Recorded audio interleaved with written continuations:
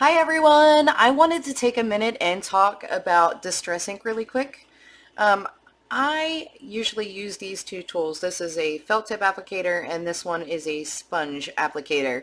And I actually stopped using my Distress Inks because I didn't like the way it turned out. No matter how soft I use these, this is the felt, I get these crazy lines. I mean, I'm going really soft. I don't know if you can see all the dotted lines. It looks terrible. There's nothing smooth. Try to use a new pad. I mean, I am barely touching the paper.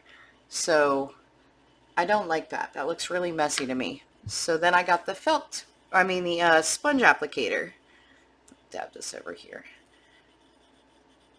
And it like gets stuck on the paper. And I get a very unsightly lines. I mean, it's very stuck. Try again. It like catches on the paper. I don't know how else to say it, but that's what I get. I don't get a nice smooth desired look. So I went ahead and bought a 5-pack of these. They come in all different sizes.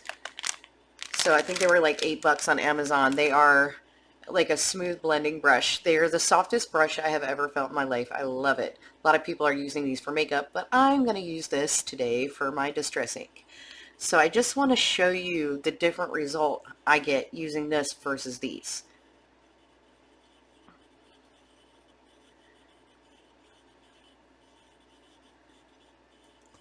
And if you're somebody who uses Distress Ink and has figured out how to use those tools, I'd be more than happy to hear your advice. But I like a really smooth, maybe even a little subtle finish. I don't like the deep lines. I mean, if you're doing like a sky or something like that, you don't really want that, or at least I don't. I think that looks terrible. So I literally have not been using my Distress Inks because the tools, I just don't like the way they look.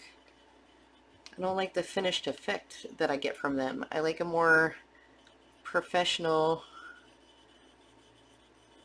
smooth, subtle transition.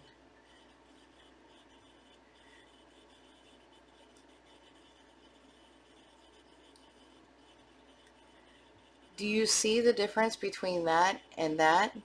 Like if you were using Distress Inks to do a portrait or something along those lines, not everybody uses it for that purpose, but I do. I love to use ink. But do you see how smooth that is compared to that? I have so much more control with this thing. I love this tool. And I'm pressing pretty hard. So I didn't start hard, obviously, because, you know, when you have all the ink on it initially, you don't want to like press in one spot.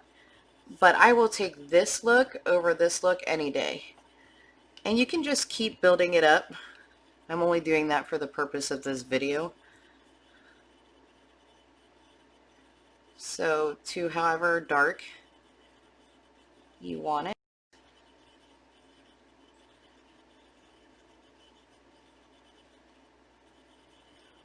See how the transition, it fades out? And I know this camera is taking away kind of the vividness of what you're seeing or what I'm seeing in front of the screen. I just wanted to show you the difference between tools. You know, again, here's your felt tip. That's this first one. Looks terrible. This sponge looks better, but still terrible. And it gets stuck on the paper. So if I'm trying to do, I mean, it just literally gets stuck on the paper. Like you have to drag it and it bumps on the way.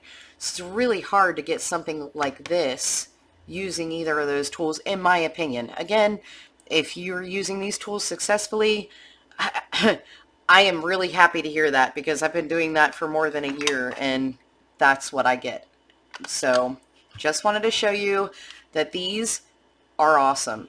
So if you're doing Distress Inks of any kind, pick yourself up some. They're like $8 on Amazon. Thanks guys. Have a great day.